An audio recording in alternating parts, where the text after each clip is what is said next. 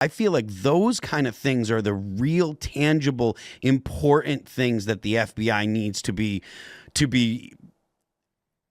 I guess there needs to be changes at the FBI because of those things. Again, it's not that I don't think that Epstein Island stuff is important, but that's not going to have tangible effects on real normal Americans. That's going to be the stuff that is feel good for partisans. And it's the flashy stuff. Yeah, that's the big stuff. But so much of what Kash Patel could do is less. He could do less of what was being done. He could do less of the school board. I mean, we did a lot of work on school boards on Long Island, and just to know that there were people out there from the FBI checking people's license plates because overzealous PTA moms yelled at people over masks and over curriculum.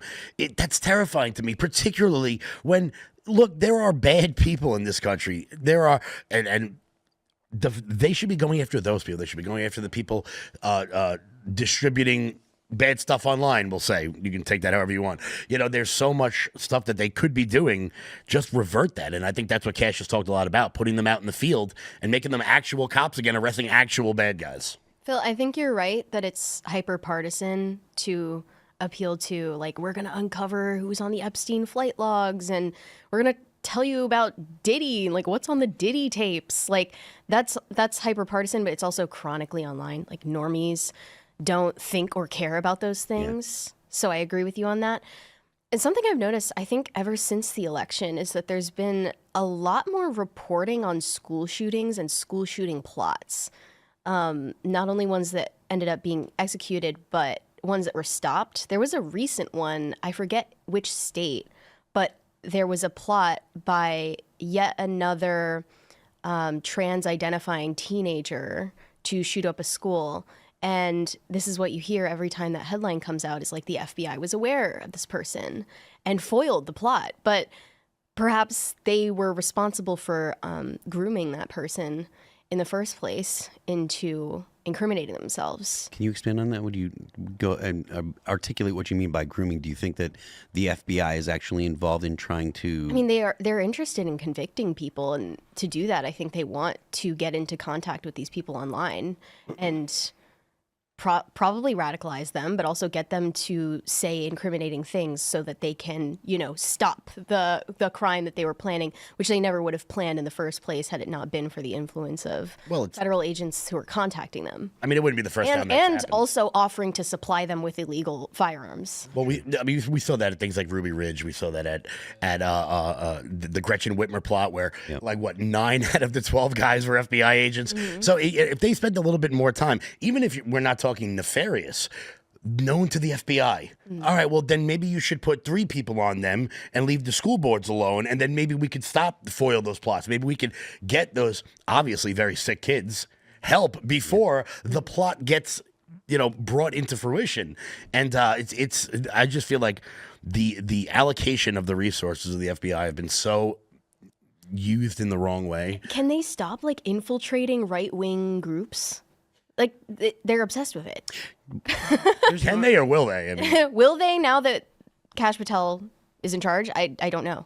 So in response to that, there's something that I've been mentioning on the show lately, and that's that we kind of live in a milieu of leftism, right? And that the air that we breathe is steeped in leftist ideology. And when you hear, the left is infiltrating right-wing organizations, the knee-jerk idea of right-wing, for normies at least, is bad. Mm-hmm. Right? There's an association of right is evil, and I think that if we do see a change at the FBI in that kind of demeanor, I think that would be a very good thing for the United States. I mean, an organization like Oath Keepers, unless they've actually done something, the only thing they're saying is we're going to keep our oath to the Constitution. The whole premise is we're going to abide by the law. And so to conflate that with knee-jerk evil, or even the left has managed to make a significant portion of the United States associate the word patriot with something negative.